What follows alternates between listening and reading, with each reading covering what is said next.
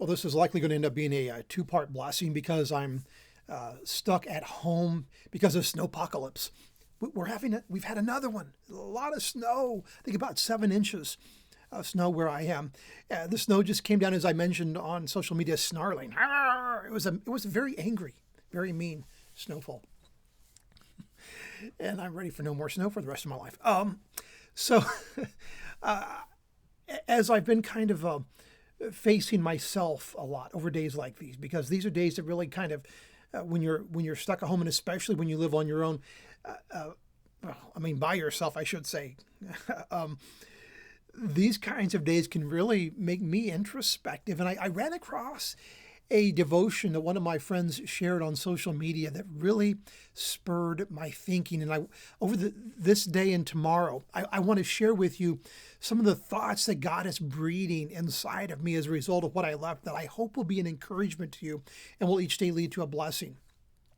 There was one of my parishioners who I probably talk about a lot more than I should, just because she really got under my skin, because she was just one of my most difficult parishioners ever. She did not care for me. She was always critiquing me, always criticizing me. And one of the areas where she really loved to criticize me was on this area of legalism. And she said that if you tell people to do anything, you're being legalistic. For example, if you encourage people to be more loving, that's legalistic. Here's the interesting thing I've noted, though. The people who are one-note people tend to be mostly the thing that they are complaining against. And she was indeed one of the most legalistic people I've ever known.